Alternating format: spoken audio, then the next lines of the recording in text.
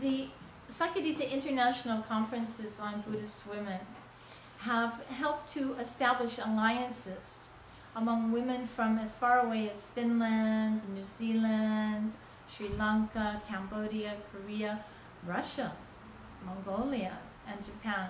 So also women in Australia, Canada, all around the world. So through these dialogues, we've discovered our commonalities, how much we share in common as women. Many of our experiences are actually very similar.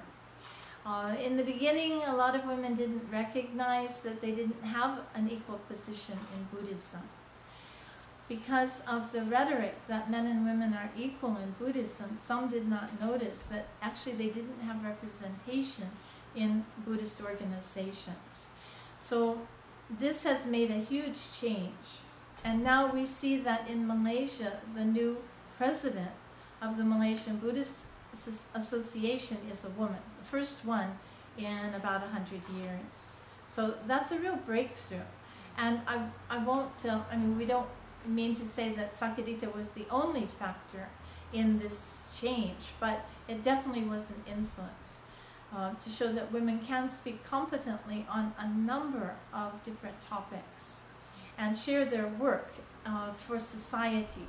Education is one vital aspect of women's work in society, and there are others. Medicine, for example, and psychology, and so many different fields, anthropology, history. And in this way, encouraging women's research about the issues that really concern women the most has been very, very important. Now, some of those issues are a little bit touchy, and a little bit controversial. Issues such as domestic violence, for example, and also the issue of sex trafficking. It's come to our attention over the years that a disproportionate percentage of the women trafficked in the world today are Buddhist women. So how can we ignore that? We have to do something about it. We have to learn more about it. But our resources at this point are very, very limited.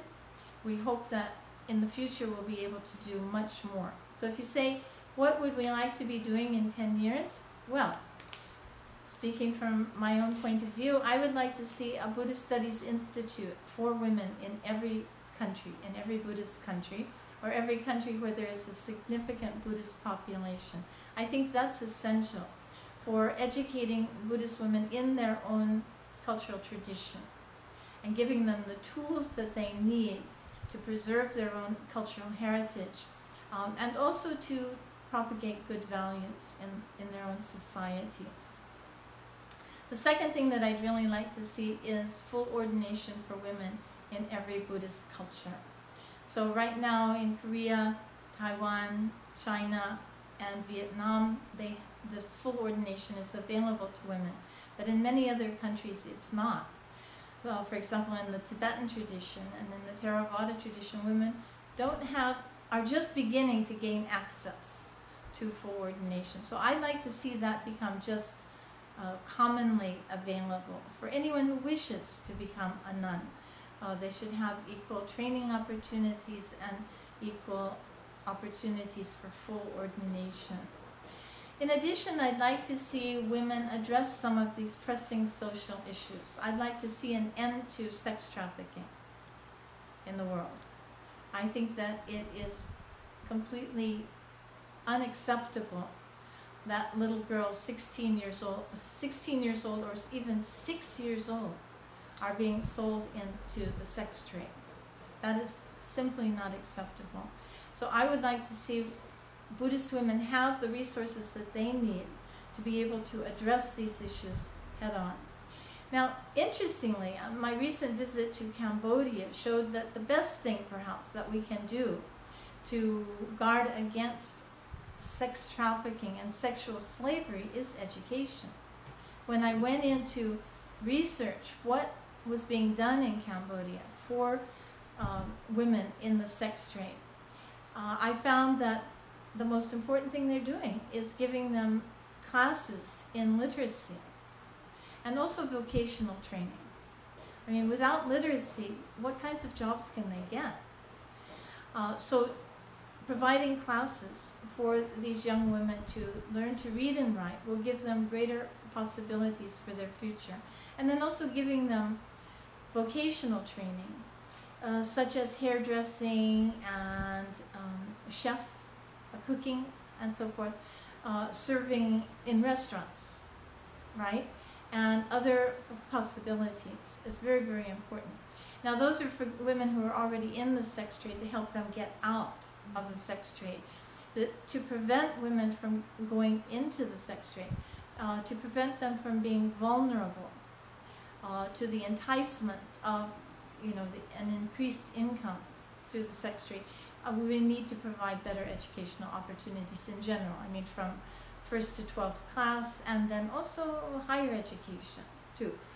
Giving it a first generation of college-educated women an opportunity to study and to become teachers and to become engineers and scientists and politicians and whatever they want to be sends a really important message to the future generations. So those are three big things that I would personally like to see. I'll add another one. I'd like to see more women as teachers of Buddhism. We find that in many Buddhist societies, the number of monks is on the decline.